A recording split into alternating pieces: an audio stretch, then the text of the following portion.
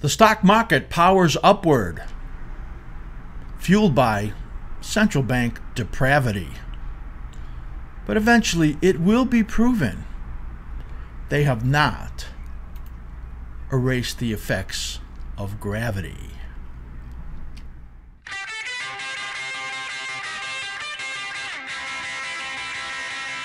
Well, I'm going to the city and I'm gonna do a city show. And I know all my fans wanna learn how to make some dough. I've been cruising up and down for trades each and every night. And with my iPhone reclining, I know we're gonna get it just right. I'll get inside your mind, we'll have a real good time. We're gonna trade today, we gotta trade today. Go askSlim.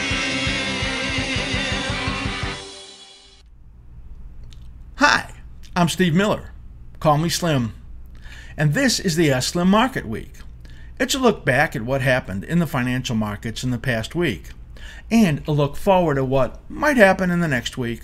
Hopefully, lots of great ideas and opportunities for you throughout the show. Well, the stock market continued to surge upward last week with only a minor dip coming in on Friday. Buyers seem to be feeding on negative background news, as just a lack of sellers seem to bring bids in each day. Only on Friday, some disappointing unemployment news brought some dip in the market, and here we are coming into the final hours, and the stock market is quietly to the downside. Even then, when the market weakened on Friday, the NASDAQ stopped the decline, essentially, as buyers came in, and Google and Facebook and Amazon and Netflix, seemingly keeping the stock market in a rotational period. This rotation we spoke of this week as we created a video that I think would be important for you to see on coming rotation, and we talked about 9 stocks that are set to rise. So yeah, if the market isn't going to turn south in a big way quite yet, then maybe it would be good to have some sense about what the best stocks would be to buy for the week. Let's take a look here as we look at our 60-minute chart of the S&P 500. That's the ES, and you could see in here that, well, just very similarly to what we showed you last week, every single day in the stock market, buyers seem to come in and got, no matter what the news is, buyers just love to be in the markets and always seemingly finding a group to move into and move the markets up. The horrible news that came out of the mass shooting in Las Vegas seemingly not affecting the market at all. Some news came out about turmoil in Spain on the Catalonia vote. They want to secede, essentially be their own country, and that didn't affect the markets too much. Markets had a little dip as oil fell about 3% on big increase in output, and that seemed to be a discussion throughout the entire week. But as you could see, on Monday, buyers came in. Same thing, no news really on Tuesday, as you got buying coming in almost throughout the day. Some news came out late in the day that POTUS said that he was going to wipe out the debt in Puerto Rico, and you got a blip overnight in there, and also some question about Tillerson speaking poorly of POTUS. Actually, did he call him a moron? Well, he wouldn't even admit to that. News also coming out late in the day or early in the morning here on Wednesday that Fed Fisher warned on inflation. You got a little bit of downside in there. ISM news on Wednesday came out very strong, and you saw the market blip to the downside only for a second, and then all of a sudden bids came in again. Of course, the bond market doesn't really like that strength, and Tillerson denied that he was talking in the summer summer about quitting. All of that seemed to give the market some relief, and buyers came in again. ECB minutes came out here on Thursday morning. They were very cautious, concerned about the strong euro, and really afraid if they start, cutting back, raising interest rates, tapering, that the euro is going to take off again. So, bad news is good news, and you can see what happened here on Thursday. Friday, the payroll numbers came out. They were minus 33,000 versus the estimate expected of a plus 90K. Those were low numbers that were expected because of the hurricanes. However, they were not expected to be that bad, and also 38,000 cut from the previous 2 months. So that makes those months significantly weaker. The unemployment rate now at 6-year plus low, 4.2%, and wage growth was 0.5, and that's the kind of thing the Fed is looking for to confirm that they should be tighter. Bonds got a hit again. Oil down again 3% on Friday on supply, and there is certainly some worry about supply being a negative force for the oil market as we continue to see oil fail from that area above $51 and then pull back. For the week, the stock market, basically the major indexes, the S&P, the RUT, the NASDAQ up just over 1%, the Dow Jones a little bit better, closer to 1.5%. Bond market moves down about 0.5 point, and the 10 years gain about 3 basis points on the week, so the bonds continue to be weak. Dollar continues to be stronger on those higher interest rates, and the dollar picked up about 0.75 point on the week. We're looking for just a little bit more to this dollar rally that's going on. Silver and gold were weak for most of the week. They had a reversal day on Friday. Silver actually closed up for the week about 13 cents after being lower all week long, and the gold cut its losses to be only down about $6 for the week at this point. Oil, again, those oversupply fears coming in, and also fear that another hurricane, Hurricane Nate, was going to lower demand. So oil had a bad week, down over $2 on the week, which is pretty bad. So many emails, comments, tweets coming into me and saying to me, have you ever seen a market like this before that, just seems to go up with no selling and gets this far stretched? And people commenting about, my cycle analysis and where are those dips, all of that, and want to know, okay, you've seen a lot of markets. What do you think about, a market like this that the buyers are just relentless? Well, yeah, 43 years, I've seen a lot of markets. I don't know if I've seen everything you could see, but I have seen a lot. And there's, thinking back, there's a couple times in my career that I've seen markets like this. Specifically coming to mind are 1978 and 1987, where the buying is so extreme that it simply swamps any potential corrective cycle patterns. In other words, periods where there should be some minor dips just don't happen because the upward pressure is so absolutely strong. So 1978, 1987, the two periods that I remember pretty clearly, both ended really badly, and with the markets having severe declines. Both of those times, before the market rally ended, I went through a period of pretty bad difficulty in my trading, and lost some money because I expected, as now, the markets eventually would run out of that upward energy that get it spiked up, and then eventually the fuel is gone, just like that airplane, and it rolls over and the force of gravity takes over. Both of those time periods, tough for me. Both of them I survived. And both of them, when the market turned down, I hit home runs on the downside. So there's something in there about persevering. There's something in there about surviving, right? And getting through tough market periods and believing that things will change, things will get different, the environment will be better. A lot of you out there are just investors and you've been just loving this time period where the market goes up. It will end. For those of you that are traders, this tough trading period we're in, it will end. Let's take a look at our best and worst for the week.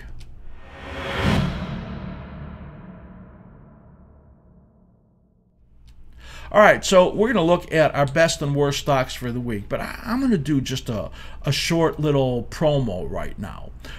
We have got a lot that we offer here at askSlim, and a lot of you are members and you're familiar with what we do.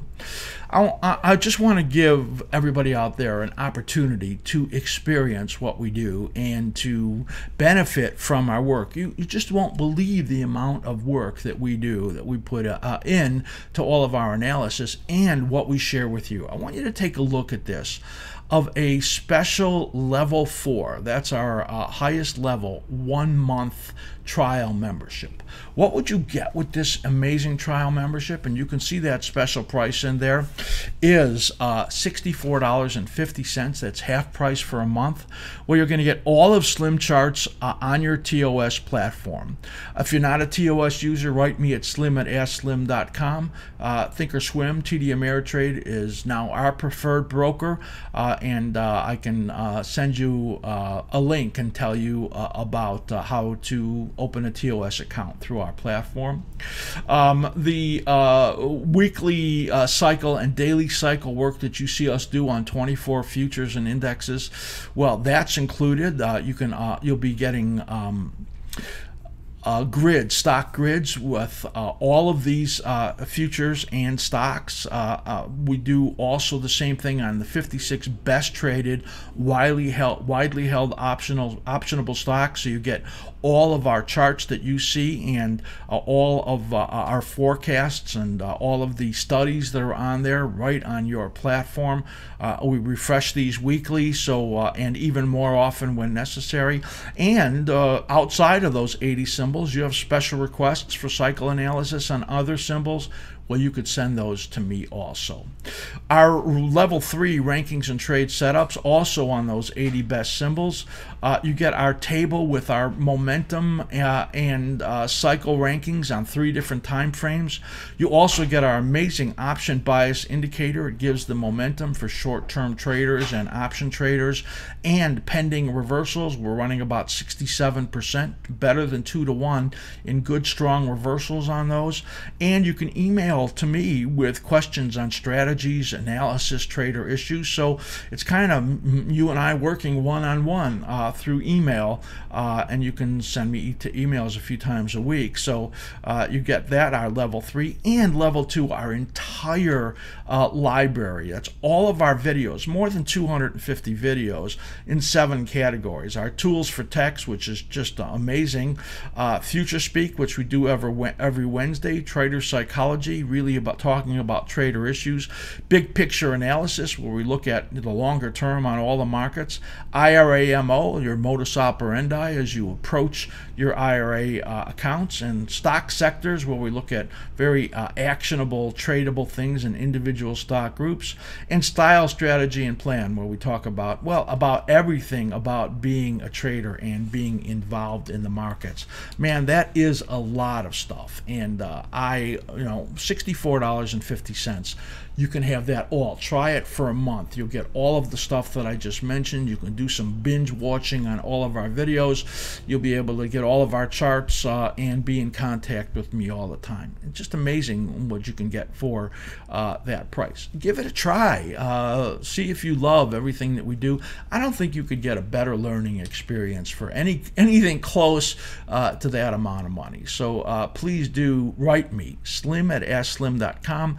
Ask me for that special link, and I will send you that link on how to sign up for 1-month trial for just $64.50 for all of that. So I hope you send me that email. All right, so now let's get into our best and worst stocks for the week. The first one we're going to look at, a giant 21% gainer, is Mylan, MYL. This is a drug stock, pharmaceutical, and the FDA has okayed an MS drug. Now, this killed Teva. I'll show you that in our worst of the week because they have a competing drug. But you can see in here that we have our cycle analysis, and I'll give you a little indication of how this cycle analysis works on this chart. So this is MYL Mylan, and you can see in here what we have is the harmonic families, we call that. This is the idealized cycle brackets. You'll learn a lot about that if you become a level 4 member. And let's just take a look at these 2.5 harmonic families right in here. So we're going to take a closer look just so that you can get a sense for the kind of work that we do. So what we're going to look at in here is what we call the minor cycle or the half cycle, which gives you this look right in here. So when it moves up and then moves down and doesn't make another low, that's pretty bullish. You expect the next rally to make a new high.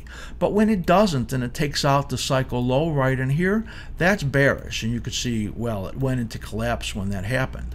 But now we had a new rising phase right in here, and look what happened. Comes right up to that fib resistance confluence level right there. We believe that this stock may get a little bit of a pullback, but this is a very powerful pattern, and we would expect it to get up in the next several weeks up into this 42 area. So given an opportunity to buy it on a pullback, Mylan, the giant winner for the week, is one that I think you should buy on a dip. That MS drug getting approval is a big deal for them.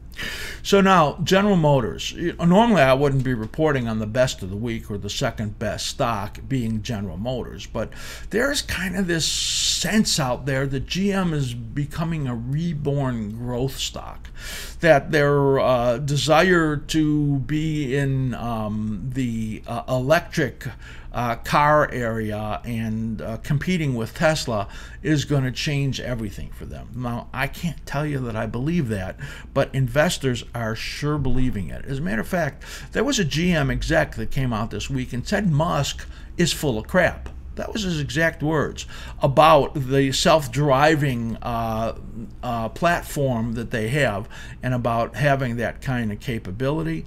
Analysts, there's an analyst out there now.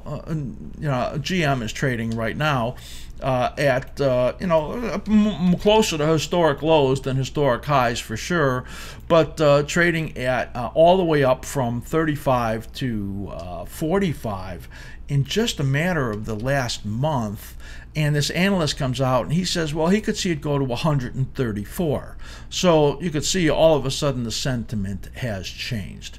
Now, here's your cycle analysis in here, and what that this little strange basing cycle that we had right in there, it's kind of unusual, but having a cycle like that and then a big upside move is not all that uncommon. It's just the size of the move in here is really uncommon.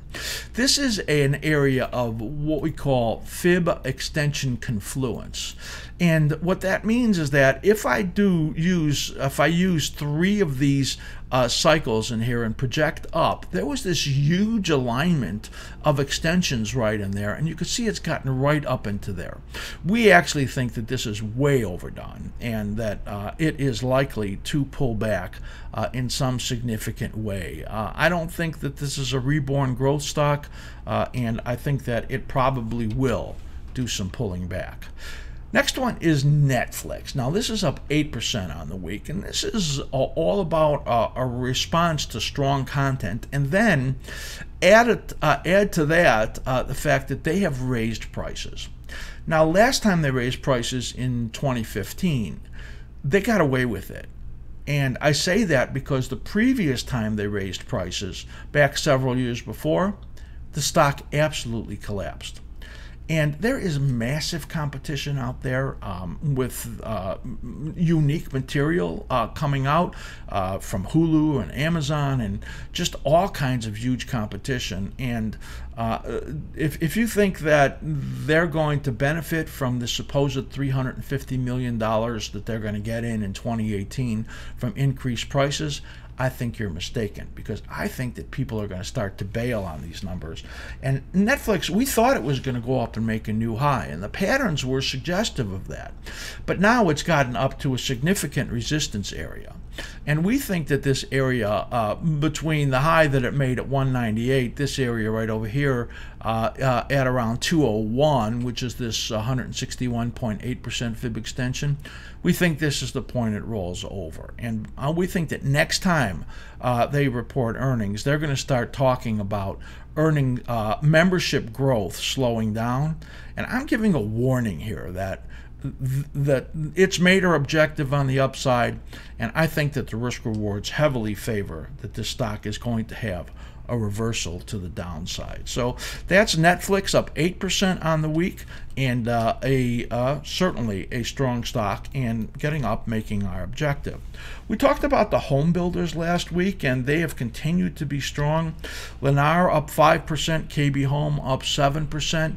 This has gotten up past that cycle peak. Now, I want you to see a couple things in here. First of all, you could see the expected low period was right in here. So that was pretty much spot on. You could see the expected low period was right over here. This one was a little bit late. Not so bad. But this one now, you could see the engulfing pattern right over there. And now only about 4 weeks into this advance, it's gotten past that cycle resistance, stalled by a little bit. We actually project this stock to do better over the next month. We think if it pulled back, it would be a buy. Take a look here at KB Home, which had a phenomenal 7% advance on top of its advance. This one, you could see also the cyclical period right here. Look at this massive engulfing pattern right there. Came right on time, all of these cycles, and now it gets up into this fib confluence area. So we're going to look for a little bit of a pullback in here. We think KB Home has overdone it on the upside. Look at this incredible breakaway gap that we had right in there on the daily. Just wanted to show you that.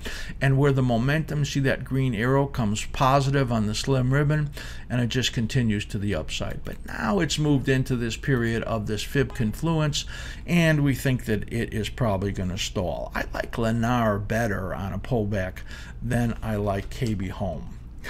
We recently been talking about the airlines being in favorable spots, and they have had some pretty good moves to the upside also. Delta came out and said that their pricing, they saw it as strong. So in other words, that they were going to be able to hold their their seat prices, and that benefited the whole group. So Delta kind of led it, but the whole group is up 7%. I'm going to show you the United one first, because in here I've got some overlays of the three majors in here: United, Delta, and American Airlines. In the bottom, you could see the timing on those cyclical patterns are pretty close, and bottoms were all expected right in here. And you can see what happened. I mean, they just took off in a very big way. Here is United Airlines moving up towards that resistance area. We have an objective in here right around $70 or $71 in the next coming month. So this is one that had a great gain, and we think it's going to do better. Now we'll take a look at Delta. You can see that it bottomed where it was supposed to. This has got our colored phasing in it. So the green phases are the rising phases, the yellow are corrective, and the red are negative phases, and you can see we moved into this green phase and moved up. It's really storming to the upside. We think it's going to challenge that high up around near 56. So again, only a few weeks into this advance, Delta is looking powerful to the upside. American Airlines is the last one we're going to look at. You can see the similarity in there, as this is now about 4 or 5 weeks into this advance, and we would expect that it would get up to that fib extension resistance area about 54.5. So given a little bit of pullback in here in these airline stocks, we think that it will there will be buying opportunities to kind of participate in what we think is a rotationary period in here, or rotational, where funds start moving out of some of the things that are making highs and are, huge prices, and trying to find things that are of better value. So these three stocks, United, Delta, American Airlines, looking in pretty good shape. There are some other airlines that are equally looking strong, and some like Spirit that look pretty sick. So last stock in the best of the week we're going to look at is Twitter. We continue to mention a few times in recent weeks that eventually somebody's going to think that their huge subscribership has value, and that those 300 plus million people that are on Twitter, that they can monetize it better than Twitter can, and they're going to come after the stock. You could see in here, this is starting to really look like a good pattern to me. Now, we think that, the upside objective is to around $19 in here at the near term, then maybe a little correction. It might be out here in the late November, December, January period where the real upside comes, but there's buyers coming in this stock. You could see that in there. I'm going to look at the daily pattern for you to see in here, and you could see our cycle analysis in here calls for maybe about a week or week and a half of a little bit of pullback, and then we see the major upward cycle coming in again, and that could be the next upside wave. So the timing on this comes in at around somewhere in the second or third week of October, and so it could be that this weekly pattern that you see up here on the left will spike up to that area of about 19 before it then does roll over. There's something really good happening there in Twitter. It's kind of where there's smoke, there's fire type thing, and I think that's what's going on right now. That's the best of the week. Now let's take a look at the worst stocks.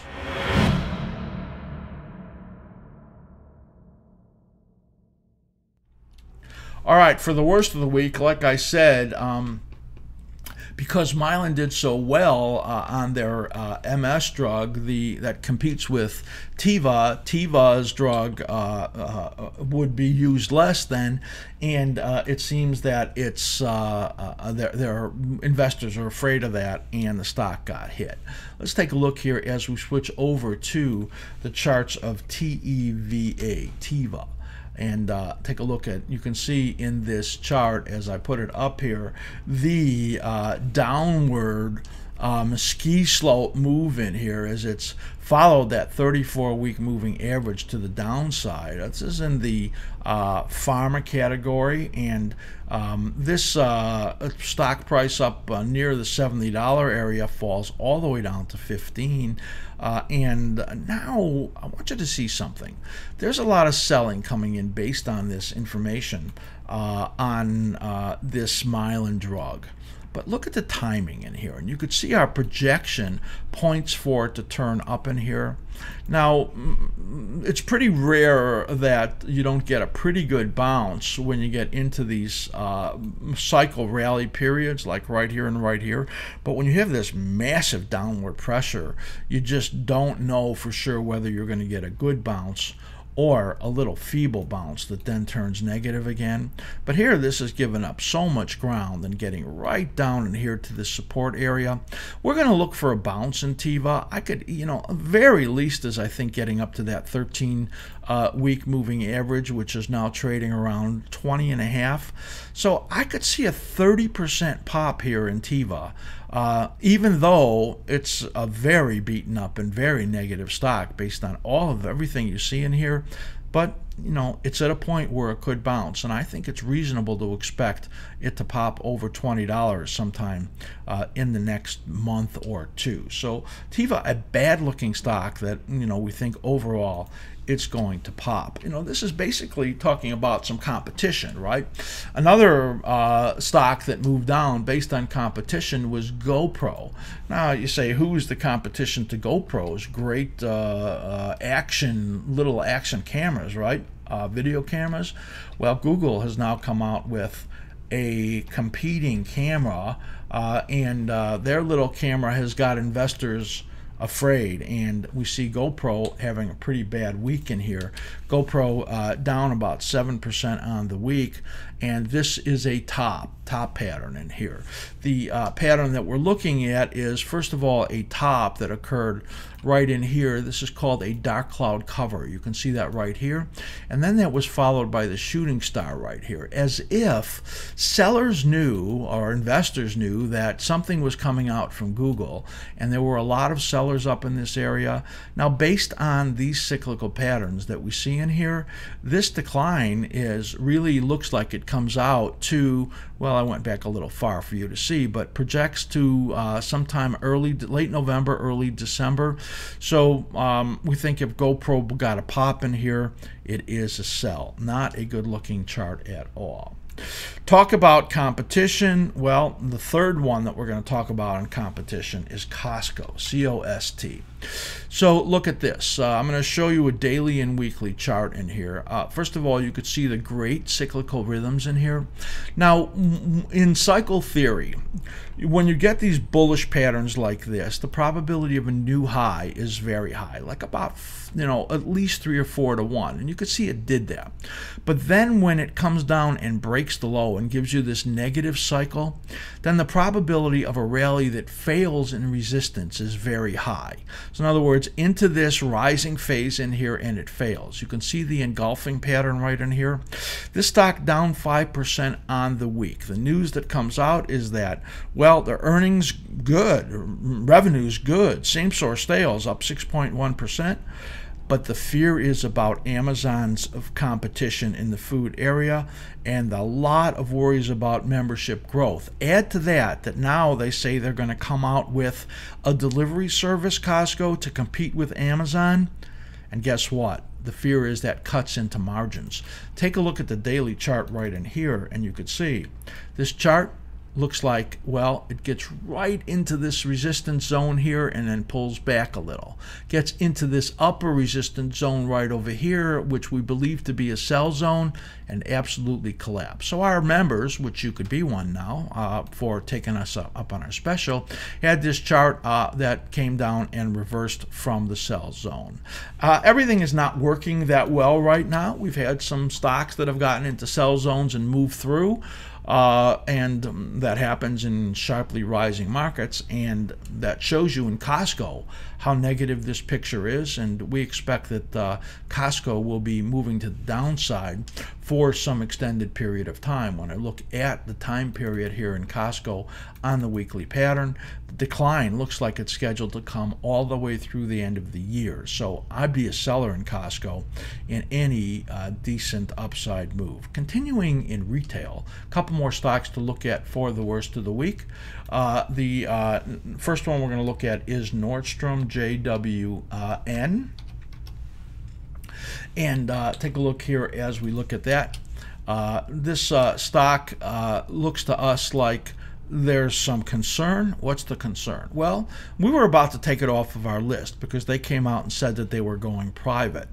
But the stock moves down sharply. Take a look at this on the daily chart.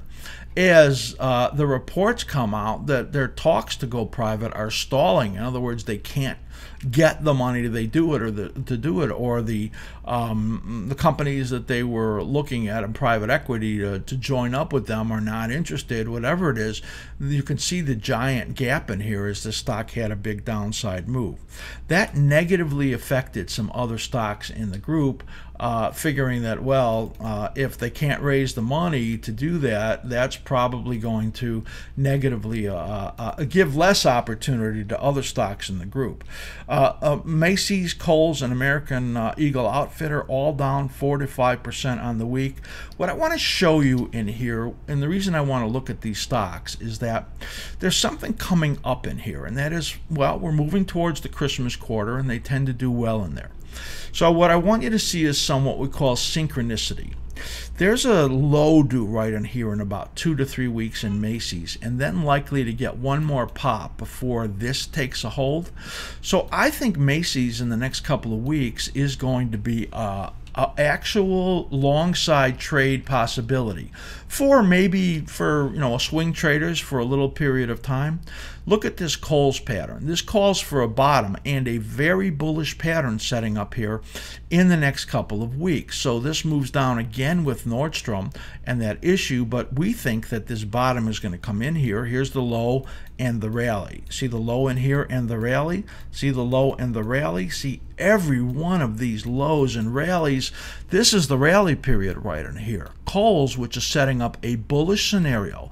Why do I say bullish? Well, see this one right over here? This is bullish. Look how the upward slope in there is strong, and then the stock exploded. Here's the same pattern right in here. We think Coles has a chance in the next couple of weeks to move up sharply. So in our worst of the week, we think is one of the best opportunities for the week. American Eagle Outfitter, you could see it rolling over also. This one has 3 or 4 weeks, and this one could actually be an opportunity. But if you ask me, Coles looks like the best opportunity of the entire group. So that's the worst of the week with maybe a couple great opportunities. Macy's in a couple of weeks, look for a long side trade. Coles in a couple of weeks, look for maybe following a big upward spike. That is our worst of the week. And now comes up, guess what? Our short-term view for the coming week.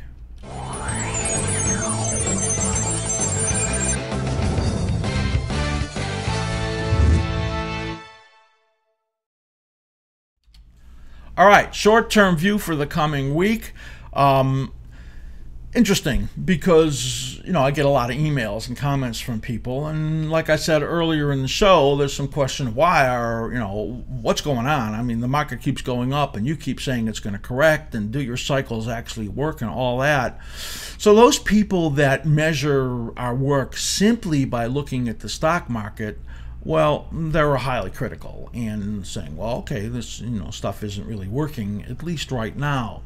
But if you look at everything else that we look at, and you pay attention to the fact that we look at 5 major market sectors, future speak we actually look at 6, and when we do this analysis, we're looking at the short term in all of those 5 sectors. And if you look at our entire analysis for last week, not just the stock market, we were 70% accurate. I mean, outstanding week.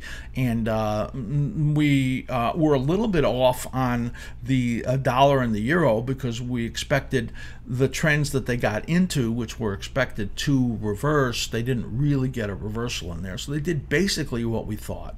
As far as light crude, the gold silver market, the bond market, those were all very close in our analysis.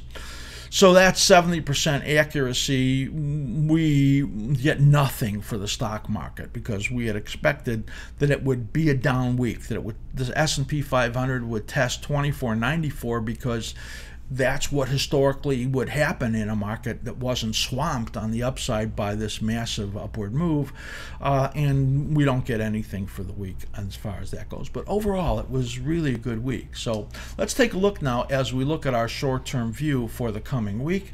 And we're going to start out by looking at light crude. Light crude under a lot of pressure as there is concern about supply, and a lot of supply coming on, and maybe even less demand based on the hurricane Nate, which is approaching Louisiana. So there's a lot of concern about that, and that's it's funny because, or not funny, when Hurricane Harvey came, there was the same fear. When Irma came, all of a sudden they thought there'd be a lot of demand. So you don't really know. But anyway, overall, this is what the cyclical patterns look like. Now, just for some further explanation in here, when you see the cycle pattern like you see here in a dark line, that is the cycle pattern we generally have been looking at. When you see a light dotted line like this, that's generally a shifted cycle. When we see this with this quarter cycle here moved out, you could see that it might have moved this whole cycle out. So in either case, we were in these downtrends, you could see right over here. So we thought that the market would pull back, and especially from this extreme overbought. Remember, we talked about our option bias ranking, which gave us this warning of extreme overbought and a pending reversal. So you could see in here, I mean, that's that certainly worked, and it came down now into the support zone. So what we're looking for in the next week, well, you know, the hurricane's going to come and go. Hopefully it will not be that disastrous. But in any rate, we're looking at this right in here. That's the pattern we expect in the next week.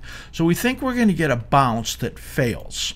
And this support zone in here is going to hold right now. So we would expect that that would be a small week overall. Why do we say a small week? Because we think it'll bounce and fail, right? So if it comes up and then comes down, there won't be a lot of change in there. And we think this support zone is going to hold. And then after that, you know, if you look 2 weeks out, you can see in here there's some rising zones. So generally, this would be the projections that we see in there. So we don't see at the moment that much downside risk in here, just more chop than anything. So what I want to do now is bring up the chart that allows us to see the momentum in here. And here is that momentum chart. Now, the momentum has given way in here. It hasn't turned negative yet, but it is, and the projection oscillator is oversold in here. So this supports the fact that we think that there's going to be a bounce in light crude. Now you can see in here that sometimes it gives up that negative momentum and then restores it after a little while. Sometimes it gives it up and then goes negative. So right now you can see in here there's a threat that there's not a lot of power in here, and we'll see based on the fact that it's oversold what kind of a bounce we get in this period. One thing I want to look at in here also is natural gas. But before we do that, I want you to see heating oil. Let's take a look at heating oil, because this one in here, as you can see, it has rolled over also. This was fairly strong, but I want you to see it has also lost its upward momentum in there.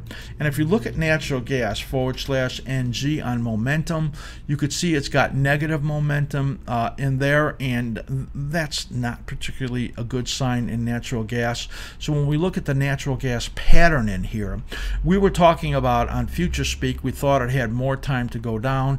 This is about a week and a half's period. So with the negative momentum in natural gas and the cyclical patterns that point to a decline continuing through the 3rd week of October, we would say that if natural gas got a rally, and you could see it failed right in the middle of the slim ribbon here on the warmer weather, I would say another rally in the next week is also going to be met with failure. So in here, what we're looking at in energies is still some time in here where we think that any upticks are going to roll over, and we will see some selling come in.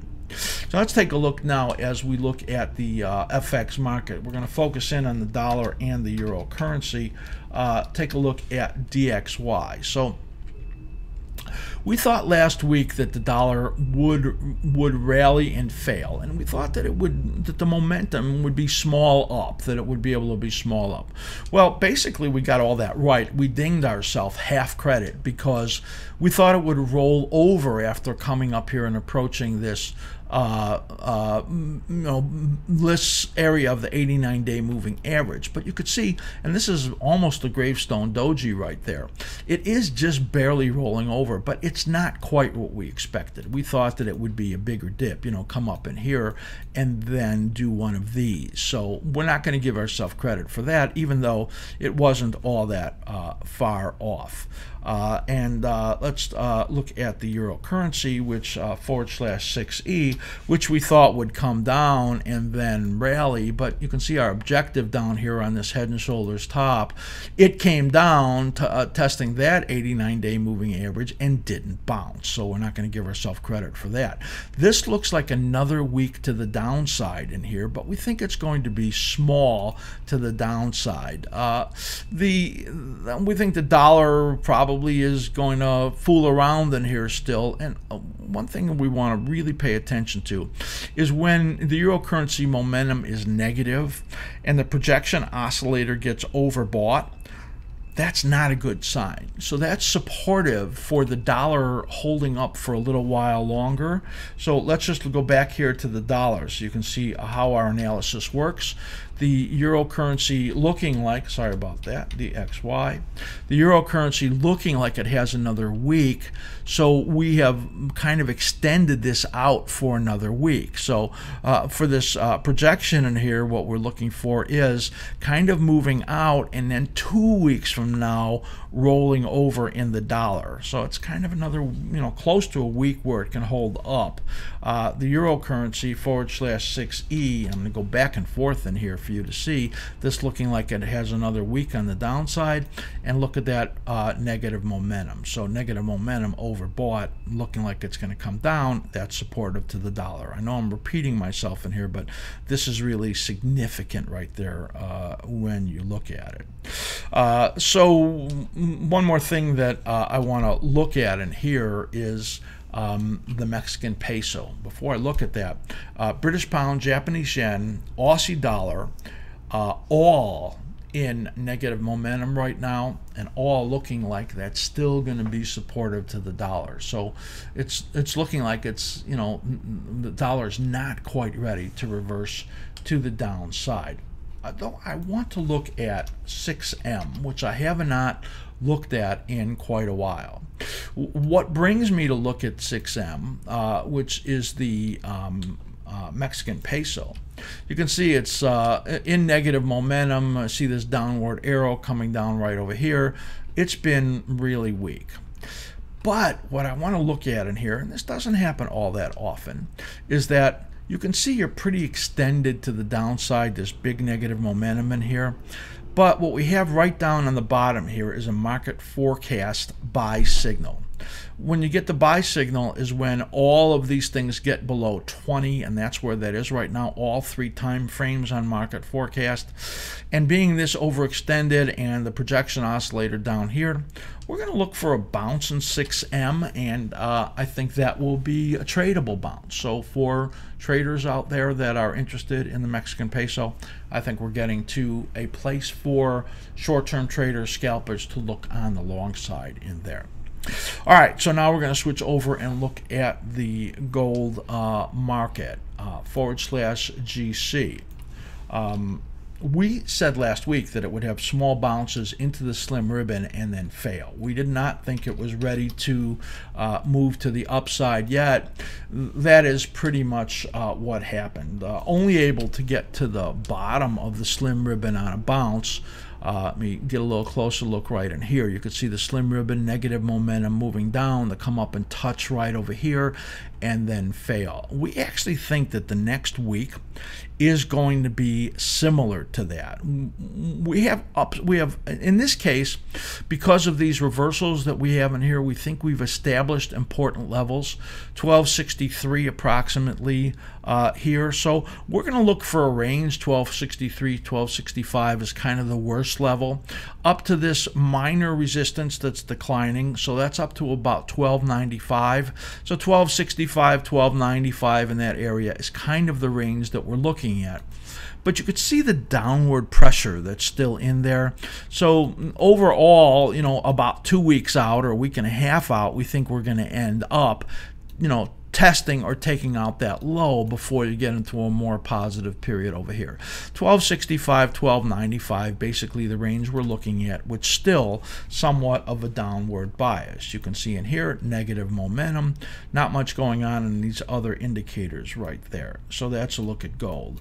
/SI, which is silver. Similar, we said it would get up to the slim ribbon and fail. 2 touches of the 13 right there. Gets down under the support and then tries to bounce. You could see a similar pattern in here. So what do we see? Downward bias that ends maybe in about 7 trading sessions, a week and a half, something like that. And we see the range right in here. So we think that that's what it's going to do. We see some chop right in here, and eventually in about a week and a half coming down, test the low, and then moving back to the upside. So you can see we're looking at a choppy period in here. Range in silver about 16.5 17 in there. Momentum to the downside, you could see that. Now this has gotten itself overbought and in the red. Now when you get that, the probabilities are pretty good you're going to get a pullback. Overbought and in the red says to you negative momentum, and it's used up the buying power.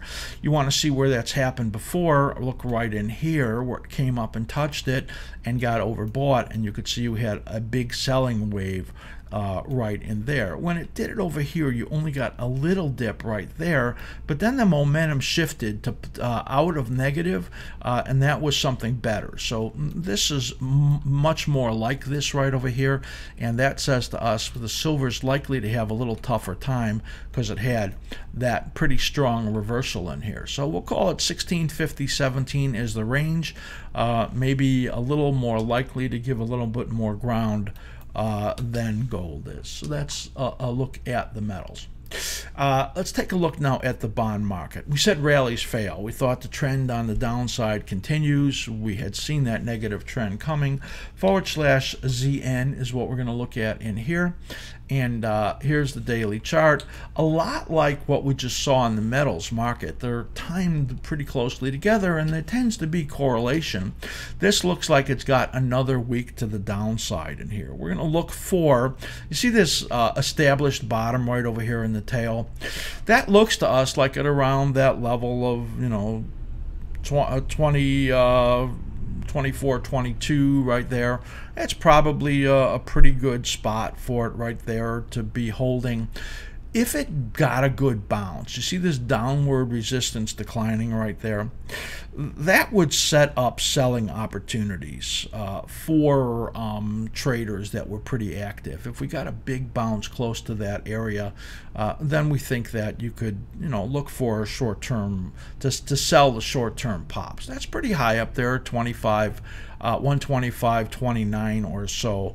And we're going to look for a bounce and a fail up somewhere near this area, maybe getting stuck in that slim ribbon, and then moving to the downside again. Note the negative momentum in here. Those other indicators are not giving us anything very significant. You could see the 30-year pretty much looking the same, pretty much strong negative momentum, and you can see right in here the same thing. Now this is, see this we call this a low tight rectangle. This is a spring, so you know it's pretty good when you leave a tail right there, you break down and come back up towards it.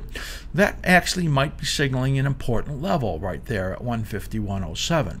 Same thing we're looking for, and see that minor sell zone right in there? That's a little bit lower and easier to touch, I think, than the one in the ZNs in the 10-year. So if we got a pop right in here early in the week or towards that area, we think it's a sell, and then likely to have another dip in there. And then this is a little better period right here.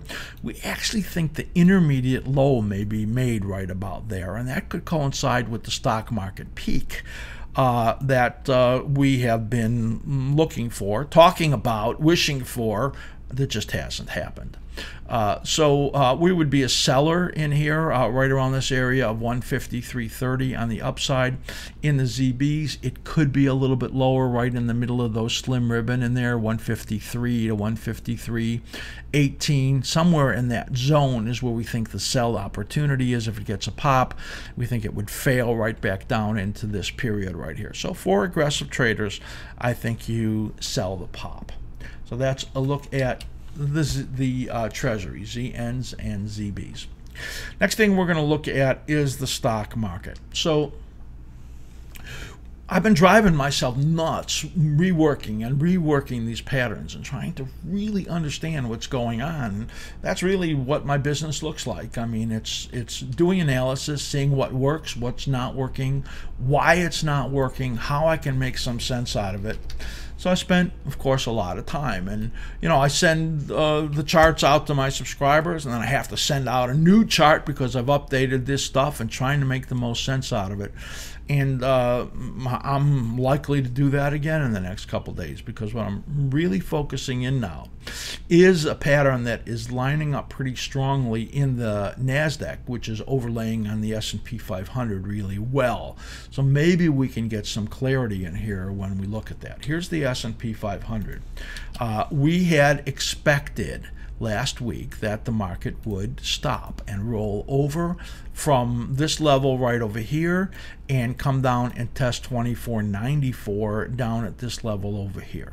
Well, clearly that was just completely wrong. We were looking at this right in here. You can see that, which gave no downward motion whatsoever right in here.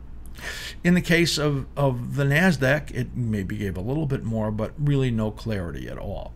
So where we are now is that we expect that we're going to get a minor blip in here, potentially getting down to 25.28. I mean, this is kind of the worst case that we see right over here.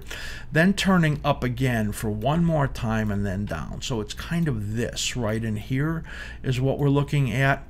And that would call for a topping coming in here, and that the upside is basically spent. Now, when I look at this, you know, it's a little overbought and already rolling over and hasn't given much ground, so it shows you the power that we're looking at there in the S&P 500. Here's the NASDAQ right here. And again, you can see it's gotten overbought, but powerful again as it restored its upward movement. And the Russell, which got so strong, is stalling a little bit and getting oversold already when it's green. So that doesn't leave much in the way of downside. Like I say, in the S&P 500, maybe it gets us down to that 25.28 area early in the week, and then bounces again. We just don't see anything in here right now that gives us any sense that it's going to do anything but go into some rotational period in here before it has a break. How does that rotational period look to me based on what I'm looking at in here? It's kind of this, right? I said this, this, and this. So that's this cycle coming down right here. That bottoms around the 20th. And then this rally takes you out to about the 25th or 26th. So this is this choppy period, and why we did this video this week on rotation, because that's actually what we see coming in here as, believe it or not, we still believe the market puts in a top pretty soon, and there's a sizable correction in the fourth quarter. But how it shapes up and tops, we're not, you know, it's just for us right now guessing and reworking stuff until we really make some sense out of these alignments, and the fuel for this big rally that we're in starts to die. So when you look at the intraday patterns in here, these are intraday momentum patterns. You can see the S&P 500, the Russell, the NASDAQ, and the Dow all just continuously giving strong signals right in here. And if anything, the Russell's giving up a little bit of that, but that's not significant. So the Russell has become the weakest one in there. The NASDAQ again turns up and becomes the strongest one. And that's actually what we had projected a couple weeks ago, where we thought that the Russell was running out of gas, and it basically really has stalled, and the NASDAQ getting into a much stronger condition. So that's it. Again, lots of good stuff. I think that the stocks that we looked at with pretty good opportunities, especially in Kohl's and Macy's in the next couple of weeks for some pops, I think that was really good. And the overall short-term conditions of the market still looking like we're going to be in kind of a choppy period in here for most of the markets that we looked at here in the short term.